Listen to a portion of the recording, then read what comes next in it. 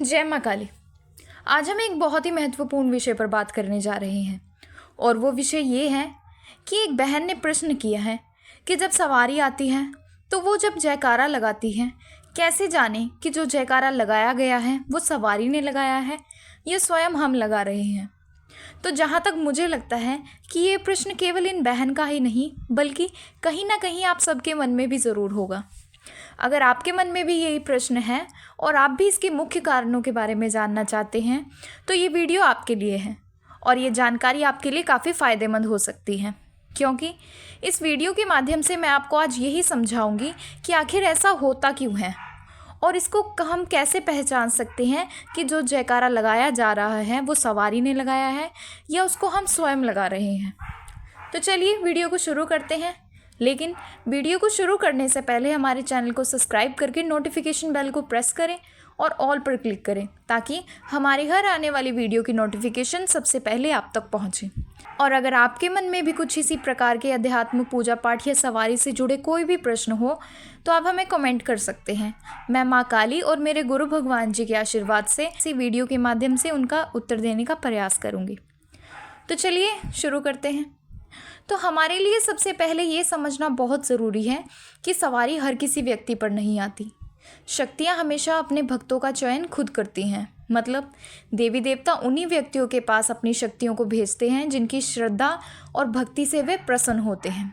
इसके साथ ही एक और महत्वपूर्ण बात यह है कि जब भी किसी देवी देवता की सवारी आती है वो कभी खुद प्रकट नहीं होती।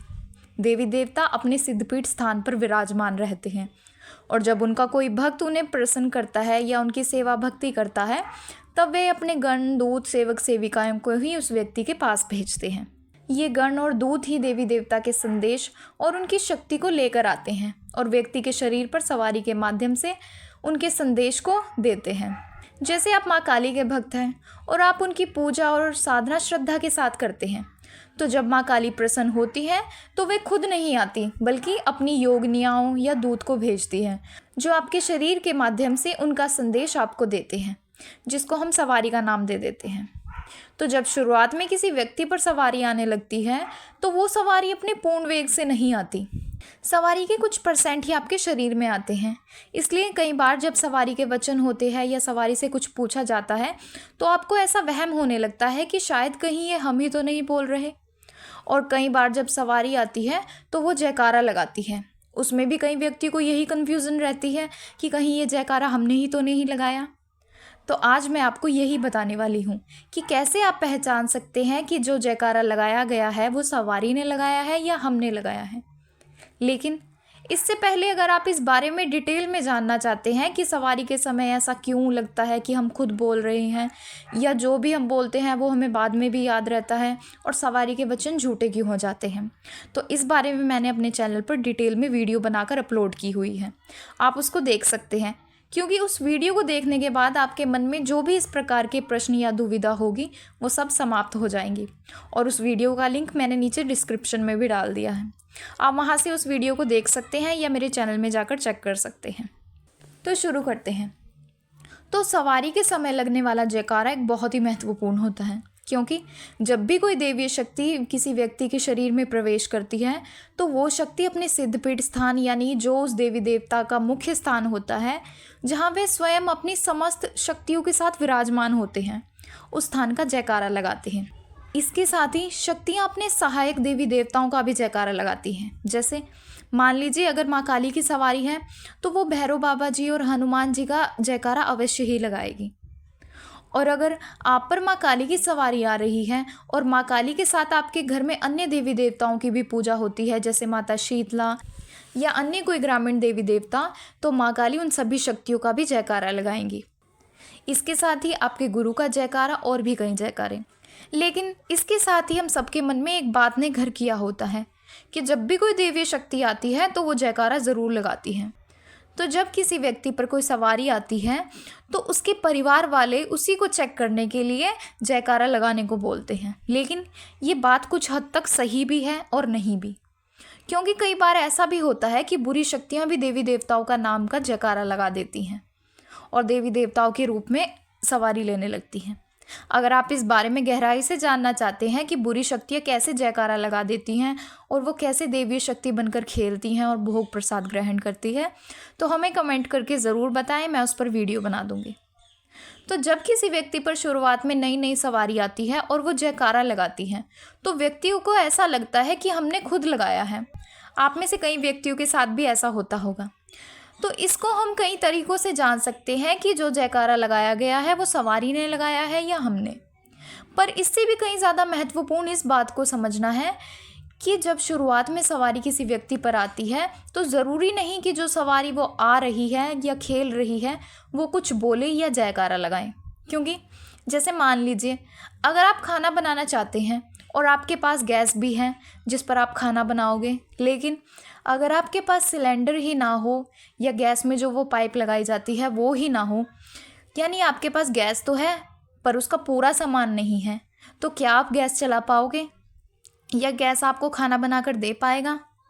तो आपका जवाब होगा कि नहीं। उसी तरह जब व्यक्ति में नई सवारी आती है जो सिर्फ खेल रही होती है और वो अपने पूर्ण रूप से नहीं आई होती, तो ज़रा सोचिए वो पूर्ण कार्य कैसे करेगी, क्योंकि क्षमता तो उसमें बस खेलने की है, कुछ बोलने की या पूछा देने की तो नहीं। पर ऐसे में उस व्यक्ति के परिवार वाले उस सवारी को बोलते हैं कि अगर सच में कोई देवीय शक्ति है तो जयकारा लगा, और कहीं ना कहीं उस व्यक्ति पर जिसमें सवारी आ रही होती है उसको भी यही पता होता है कि जब सवारी आती है तो जयकारा लगाती है। फिर ऐसे में जिस व्यक्ति पर सवारी आ रही होती है उस व्यक्ति का भी दिमाग कार्य कर रहा होता है और वो सब कुछ सुन भी रहा होता है जो उसके परिवार वाले बोल रहे हैं, लेकिन उस व्यक्ति के शरीर और उसके दिमाग के कुछ हिस्से पर उसका कंट्रोल नहीं होता। इस कारण जो वो व्यक्ति बोलता है उसको भी इस बात का नहीं पता होता कि मैं बोल रहा हूँ या सवारी बोल रही है, क्योंकि आधे आप होते हैं और आधी सवारी। तो ऐसे में वो सवारी परिवार वालों के कहने पर या स्वयं जयकारा लगा देती है, लेकिन उस समय आपको भी नहीं पता होता कि जयकारा किसने लगाया है, क्योंकि आपका शरीर दिमाग आपके कंट्रोल में नहीं होता। लेकिन जब सवारी चली जाती है और आपको होश आती है, फिर आप सोचने लग जाते हैं कि मुझे तो अब सब कुछ याद है, बोल भी मैं ही रहा था, तो कहीं जो जयकारा लगाया गया है वो भी तो मैंने खुद ही नहीं लगा दिया, और आप इसी चिंता में लगे रहते हैं। पर अब जो मैं आपको तरीका बताने जा रही हूँ उससे आप बहुत ही आसानी से जान पाएंगे कि जयकारा आपने लगाया था या शक्ति ने। तो सबसे पहले जब भी शक्ति की सवारी आपके शरीर में आती है तो वो कभी स्वयं अपना जयकारा नहीं लगाती। जैसे मान लीजिए कि माँ काली की सवारी है तो माँ काली स्वयं ऐसे नहीं बोलती कि माँ काली की जय या जयकारा माँ काली का। वो अपना जयकारा लगाने की जगह पर अपने सिद्धपीठ स्थान का जयकारा लगाती है और साथ ही अपने सहायक देवी देवताओं का। तो अगर आप पर सवारी आ रही है और वो स्वयं खुद ही अपने जयकारे लगा रही है तो इसका मतलब यही है कि जयकारा जो लगाया गया है वो उस शक्ति ने नहीं लगाया। इसके बाद अगला तरीका है कि जो शक्ति सवारी के रूप में आ रही है वो कभी स्वयं को माँ या बाबा नहीं बोलती। जैसे अगर आप माता पिता या बेटे हैं तो जब आपसे कोई आपका नाम पूछता है तो आप उसको क्या बोलते हैं। मान लीजिए आपका नाम राजू है, तो क्या आप ऐसे बोलते हैं कि मेरा नाम पिता राजू है या मेरा नाम बेटा राजू है? आप सिर्फ अपना नाम बताते हैं कि मेरा नाम राजू है। तो उसी प्रकार जब भी कोई शक्ति आती है तो वो कभी स्वयं अपने आप को माँ या बाबा नहीं बोलेगी। जैसे अगर भैरव बाबा की सवारी है तो बाबा तो वो हमारे लिए हैं, खुद के लिए तो नहीं, इसलिए वो सिर्फ अपना खुद का नाम बताएंगे। अगर वो जयकारा लगाते समय भैरव बाबा की जय बोलते हैं तो समझ जाएं कि सवारी पूर्ण रूप से नहीं आ रही है और जयकारा उस शक्ति ने नहीं लगाया। लेकिन कोई दूसरे देवी देवता की सवारी है तो वो एक दूसरे का जयकारा लगाते समय एक दूसरे को माँ या बाबा कह सकते हैं, लेकिन स्वयं को कभी नहीं बोलेंगे। जैसे भैरव बाबा माँ काली का जयकारा लगाते समय उनको माँ काली कह सकते हैं, पर खुद को बाबा भैरव नहीं बोलेंगे। तो ये थे दो तरीके जिनसे आप आसानी से समझ सकते हैं कि सवारी आते समय जो जयकारा लगाया गया है वो सचमुच उस शक्ति ने लगाया है या आपने, क्योंकि शुरुआत में जब सवारी आती है तो वो पूर्ण रूप से नहीं आई होती। इस कारण हमें समझ नहीं आता कि कौन सी बात हमारे मन की है और कौन सी बात उस शक्ति ने कही है। लेकिन धीरे धीरे जैसे आप अपनी भक्ति को बढ़ाते हैं तो सवारी अपने पूर्ण रूप में आप पर आने लगती है और उस समय आपका दिमाग बिल्कुल कार्य करना बंद कर देता है और फिर आपको कुछ याद नहीं रहता कि किसने क्या बात की, सवारी ने क्या बोला। इसके साथ ही जिस व्यक्ति पर सवारी आ रही है उसके परिवार वालों को भी एक बात समझनी बहुत ज़रूरी कि नई सवारी से कोई ज़्यादा जोर ज़बरदस्ती नहीं करनी चाहिए, क्योंकि उस समय वो अपनी इच्छा से कार्य करती है, वो आपके कहने से कोई कार्य नहीं करेगी। सवारी केवल गुरु की आज्ञा का ही पालन करती है, इसलिए जब तक उस व्यक्ति का कोई गुरु ना हो तब तक सवारी से कुछ नहीं पूछना चाहिए, ना ही उनके साथ कोई ऐसी जिद करनी चाहिए।